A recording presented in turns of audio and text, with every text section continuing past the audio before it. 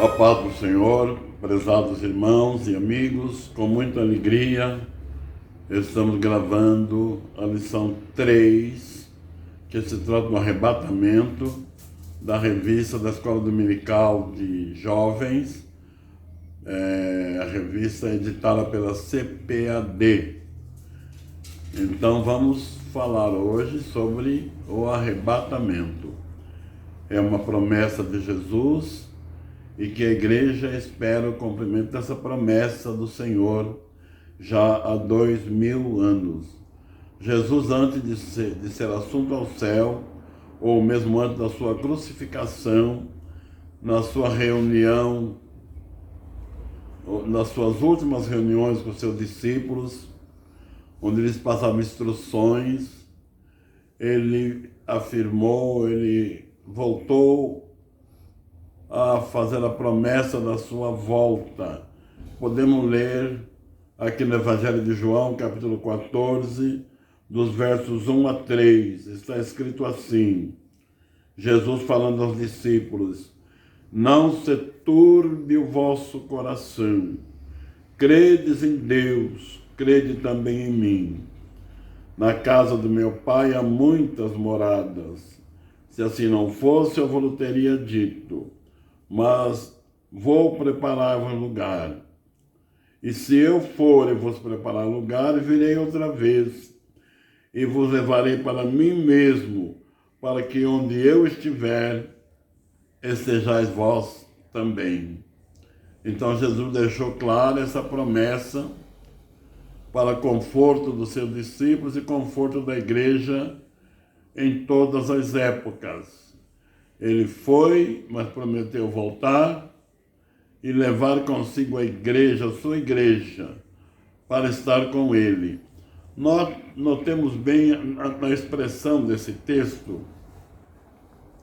porque a união da igreja com Cristo simboliza um casamento. E era costume do noivo, antes de se casar, preparar a casa, preparar a residência, para levar a sua esposa.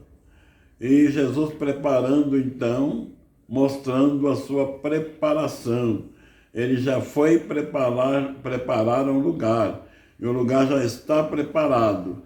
Aonde está Jesus neste momento? O livro de Atos dos Apóstolos nos fala que ele subiu ao céu, lá em Atos capítulo 1, versículo 8, vamos ver o que diz o texto sagrado. Atos dos Apóstolos, capítulo 1. Aqui, vamos ver o versículo 8 que diz: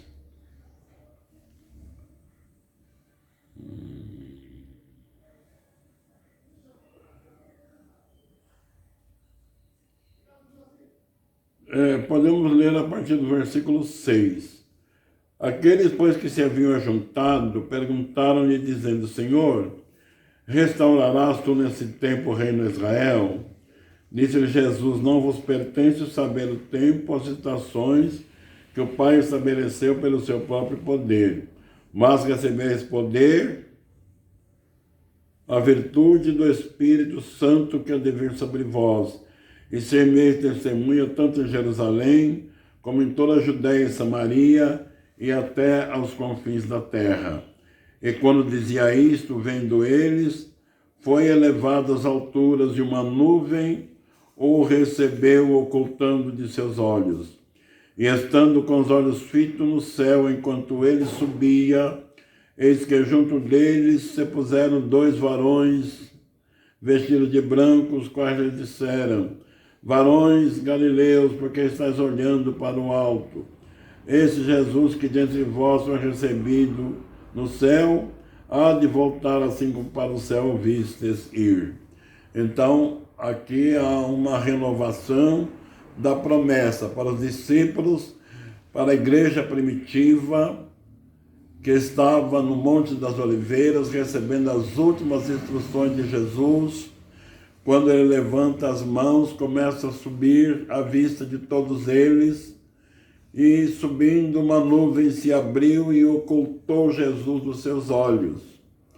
E é claro que ficaram entristecidos, porque aquele Jesus com quem andaram durante 3 anos e meio, aprenderam tanto com ele, viram tantos milagres, tantas bênçãos recebidas, agora lhes foi tirado e eles ficaram tristes, mas Deus enviou 2 anjos ao lado deles, que eles confortou, dizendo: varões galileus, porque eles eram todos galileus, por que estás olhando para o céu? Esse mesmo Jesus que foi recebido agora no céu há de vir, assim como para o céu ouvistes ir. E lá no Salmo 24, nos versículos 7 e 8, tem uma palavra muito importante para nós refletirmos sobre isso. Salmo 24, versículos 7 e 8. Está escrito assim, versículo 7. Levantai-vos, ó portais eternos, levantai a vossa cabeça e entrará o Rei da Glória. Quem é este Rei da Glória? O Senhor forte e poderoso, o Senhor poderoso na guerra.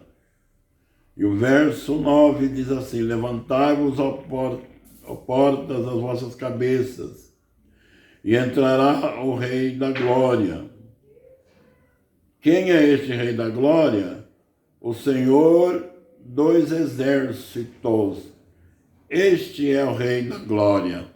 Este salmo é profético. Ele foi falado cerca de 1000 anos antes de Jesus, mas ele já fala do regresso de Jesus para o céu. Note que os versículos 7 e 8, o profeta viu um tipo de uma festa, uma recepção. Ninguém pensa que Jesus, quando subiu para o céu, ele foi bater na porta e dizer: abre, eu sou Jesus. Não, o céu já estava preparado esperando Jesus. E pelo texto que lemos, dá-nos a impressão de ter 2 alas aguardando Jesus. E uma delas dizia: abri-vos, ó portais eternos, entrará o Rei da Glória. E alguém perguntava: quem é este Rei da Glória? E respondia-se: é o Senhor forte na guerra, é o Senhor forte nas batalhas. Porque Jesus estava chegando de uma guerra, de uma batalha. Ele trazia o sinal dessa batalha, tendo as suas mãos feridas com o sinal dos cravos, que até hoje conserva, trazendo o sinal dos cravos nos pés, trazendo o sinal da batalha.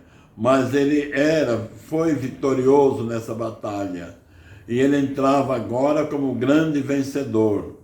E o profeta Isaías, no capítulo 53, versículo 10, está escrito que o Senhor verá o trabalho da sua alma e ficará satisfeito. Com seu trabalho, meu servo justo. Que trabalho fez o Senhor e com cujo trabalho ficará satisfeito? É o trabalho que ele fez, dando a sua vida, derramando o seu precioso sangue e salvando milhões de almas. Pessoas que deveriam ir para o inferno, para o lago de fogo e enxofre. Pessoas que eram oprimidas por espíritos imundos. Pessoas que eram dominadas por vícios destruidores.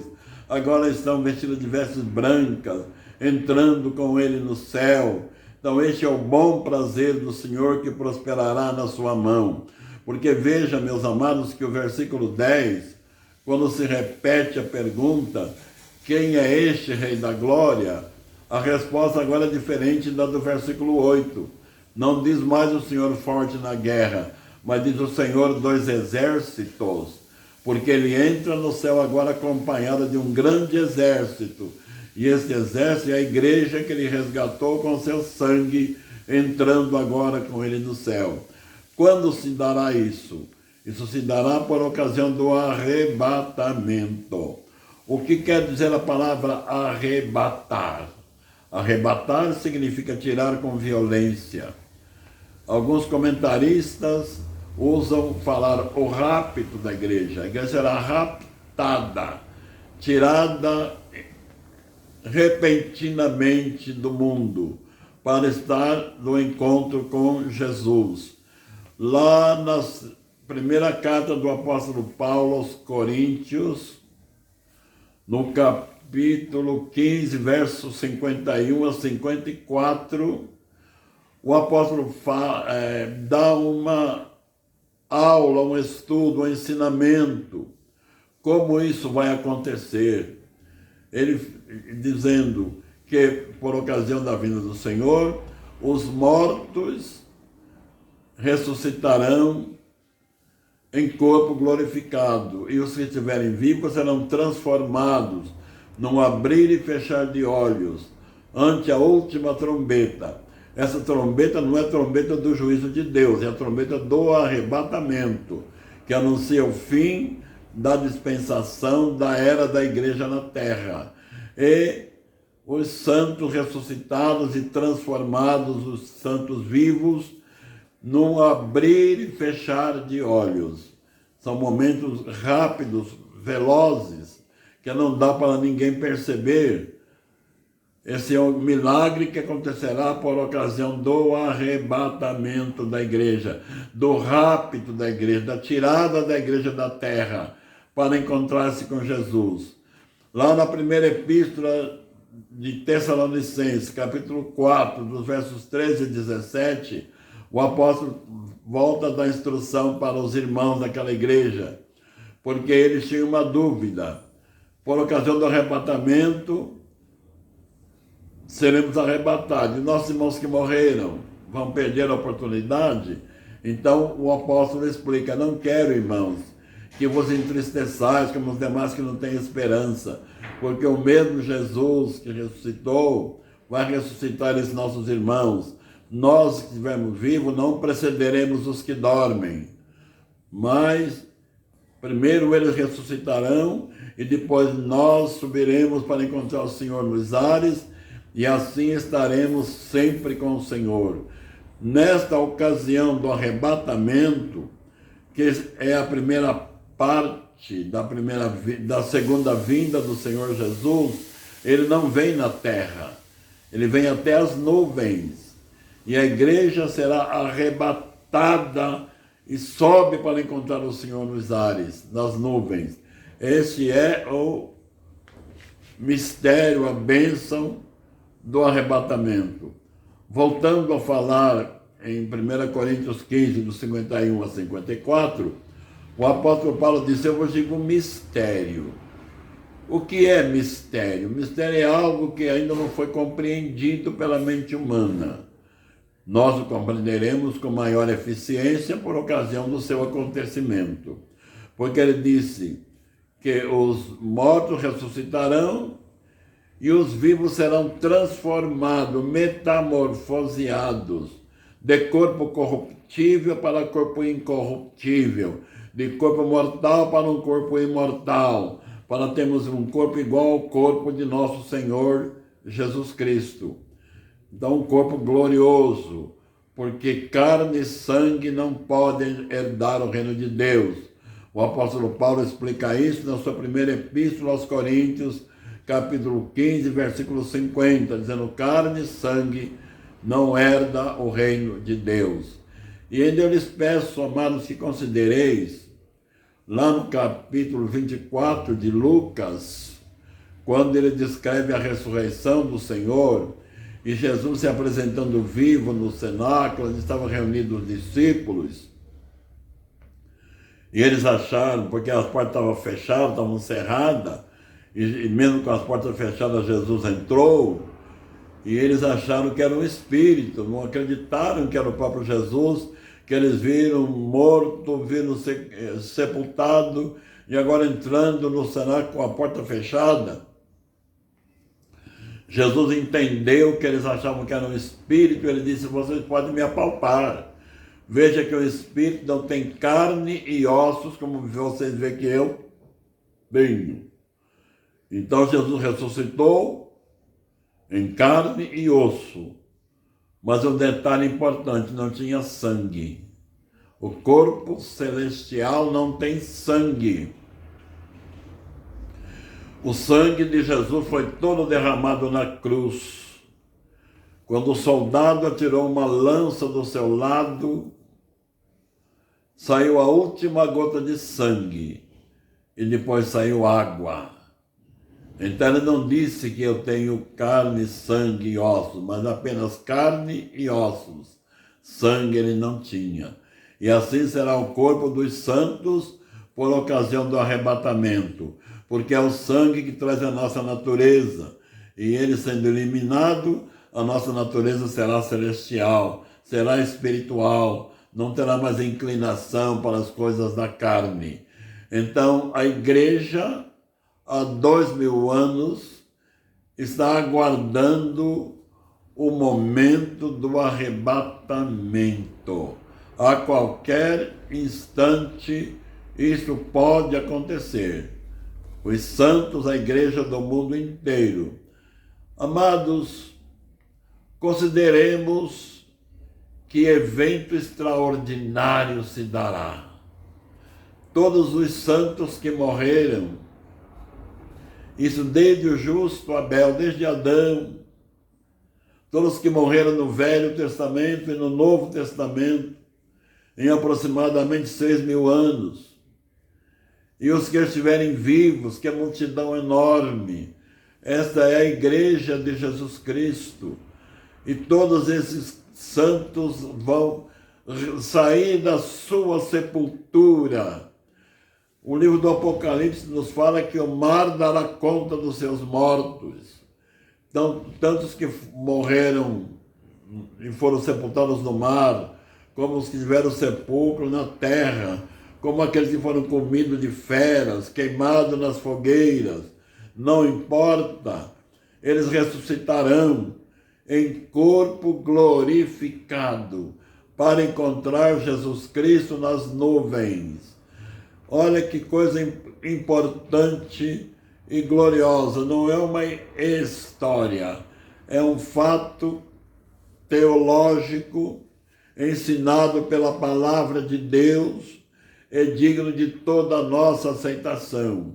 Se aos nossos olhos parece difícil, não o é para Deus, porque Ele sabe todos os santos que morreram, levando no coração a esperança deste dia maravilhoso, e dos crentes que estão vivos, aguardando este grande e maravilhoso dia, em que a igreja será raptada, tirada da terra, levada para o encontro com Cristo, para estar com Ele por quanto tempo? Para estar com Cristo para todo sempre. Nunca mais haverá separação. O livro do Apocalipse, capítulo 21, versículo 3, está escrito que Ele enxugará dos seus olhos toda lágrima. Não haverá mais pranto, nem tristeza, nem dor, porque as primeiras coisas se passaram e tudo se fez novo. Pensemos um pouquinho neste acontecimento.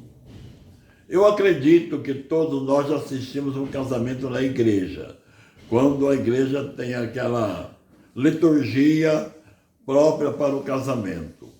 Geralmente o noivo chega primeiro, fica aguardando a chegada da noiva, ansioso. Passando algum tempo, chega a noiva trazida, ou pelo pai, ou por um responsável, encontra o noivo, troca-se um beijo carinhoso e vão diante do ministro para receber as bênçãos do matrimônio. Qual é o amigo do noivo que levará a noiva à igreja ao encontro de Cristo? É o Espírito Santo, que Jesus foi para o céu e enviou no seu lugar o Espírito Santo. Então o Espírito Santo é o verdadeiro vigário de Cristo. Vigário quer dizer o substituto. Existe o Papa, na Igreja Católica Romana, se intitula Vigário de Cristo. Está escrito lá na sua tiara, Vicarius Filii Dei, quer dizer, vigário do Filho de Deus. Mas isso é uma verdadeira blasfêmia. Nenhum homem pode substituir Jesus Cristo. Só o Espírito Santo, porque ele possui a mesma essência de Jesus. Só ele pode substituí-lo. Então o Espírito Santo está com a igreja, velando pela igreja, zelando, orientando, dirigindo, protegendo. E por ocasião do arrebatamento, quando o Senhor chegar nas nuvens, as nuvens se abrirem e o Jesus glorioso se apresentar, o Espírito Santo levará a igreja ao seu encontro. Aqueles milhões e milhões de salvos, alguns saindo da sepultura, outros tendo seus corpos transformados, vestidos de vestes brancas, vestes que foram lavadas e branqueadas no sangue de Jesus, para encontrar o Senhor nas nuvens. Dá para imaginar que dia maravilhoso será esse? Que encontro glorioso será esse? Jesus recomendou muito a vigilância.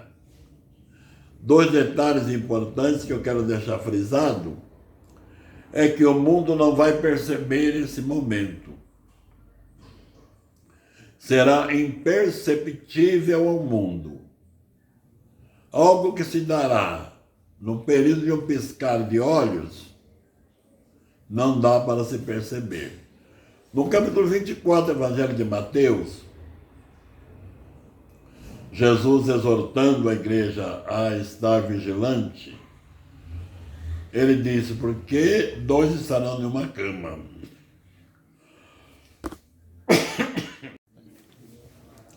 Dizia o Senhor, naquela noite 2 estarão numa cama. Um será tomado e outro será deixado. Isso mostra que o arrebatamento será algo imperceptível. Só aquele que estiver preparado para ser arrebatado vai perceber. Quando alguém estiver na cama durante a noite com o marido, a esposa, e o que ficou acordado e vê que está sozinho, só aí vai perceber que o seu companheiro ou companheira foi levado e não deixou nenhum vestígio. E Jesus dizia, 2 estarão no campo moendo. Uma será tomada e outra será deixada. Então, o arrebatamento se dará de dia ou de noite. Ele se dará ao mesmo tempo, de dia e de noite, porque enquanto uma parte do mundo é dia, na outra é noite. Então, se dará para alguns de dia, para outros à noite. Mas não importa, importa estar preparado para encontrar com o Senhor nos ares e para assim estarmos sempre com o Senhor. Portanto, quero deixar uma palavra de ânimo, uma palavra de despertamento, porque os sinais estão indicando que nós estamos vivendo os últimos dias. Jesus está voltando. É emocionante pensar como será extraordinário esse acontecimento, de um grande número de pessoas desaparecerem da terra e não deixarem vestígio nenhum. Em todas as repartições do mundo, em todos os locais, nas famílias, nas empresas, no governo, nas empresas privadas, vão perceber que alguns dos companheiros desapareceram e não deixaram vestígio. Quem já havia lido ou ouvido sobre o arrebatamento vai perceber, foram arrebatados e eu não fui, eu fiquei aqui. Que Deus guarde nossos prezados ouvintes, procure estar preparados, procure estar unido à Igreja de Cristo, porque é a Igreja que vai ser arrebatada, para estar com o Senhor para todo sempre. Será muito triste perder essa grande, maravilhosa oportunidade. E neste arrebatamento, para estar com Cristo para sempre, é o fim das lutas, é o fim dos problemas, é o fim das angústias. A morte desaparecerá, porque é o último inimigo a ser vencido. todos os arrebatados receberão um corpo que não morre, um corpo incorruptível, que não pode se corromper, que não fica doente, que não envelhece. Lá não haverá ninguém doente. Se alguém, um santo, estiver doente, por ocasião do arrebatamento, ele subirá sadio. A doença não sobe com ele, fica aqui. Lá ninguém estará aleijado, porque lá haverá perfeição. Lá não haverá ninguém cego, porque a cegueira fica aqui também. Não haverá ninguém mudo, ninguém surdo. Lá não existe imperfeição. Lá é a glória de Deus refletida. E a igreja estará com Jesus. E nas lições subsequentes estudaremos o que acontecerá nesse período. Enquanto o mundo estiver aqui, passando por momentos de grande angústia e aflição sob o poder do anticristo, a igreja estará no céu com Jesus, desfrutando, primeiramente, passando por um tribunal de Cristo, onde todos os santos receberão galardão ou não, pelo trabalho que fizeram ou deixaram de fazer, e as festas da união, do casamento da igreja com Cristo. Eu tenho comentado em algumas prédicas que tenho feito, que nesses 7 anos, são os últimos 7 anos da semana de Daniel, quando Daniel, capítulo 9 de Daniel, ele previu 490 anos, isto é, 70 semanas de anos, que dá 490 anos. Desses 490, 483 já se cumpriram. E com a morte do Senhor e sua ascensão,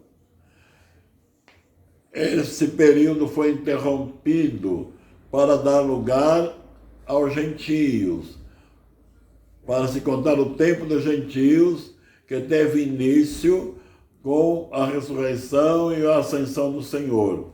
E esse período terminará com o arrebatamento da igreja. Aí se começará a contar outra vez os 7 anos, porque se refere esse período ao judeu. E a igreja estará com Cristo nesse período. E, pelo que lemos na Bíblia, Jesus levará agora a sua esposa para uma viagem nupcial. Capítulo 17 de João, na sua oração sacerdotal, Jesus pediu: Pai, eu quero que onde eu estiver, eles estejam comigo, para que vejam a glória que tu me deste, porque tu me has amado antes da fundação do mundo. Quem sabe Jesus levará a igreja para conhecer os astros maravilhosos que nós vemos apenas brilhando hoje, mas de nós tão distante, deles tão pouco conhecemos. Esta é a glória de Jesus Cristo, porque Ele é o Criador. E se Jesus resolver levar a igreja para ver o sol está longe de nós 1.350.000 quilômetros, e de lá que ele nos queima muito. Calcule chegar pertinho dele. Se estiver com Jesus, podemos entrar nele, que ele não vai nos queimar. O próprio inferno vira céu se Jesus entrar nele. Então, estando com Jesus, estamos bem em todo e qualquer lugar. Preparemo-nos para esse dia maravilhoso. Ele está prestes a acontecer. Amém. Deus os abençoe, em nome de Jesus.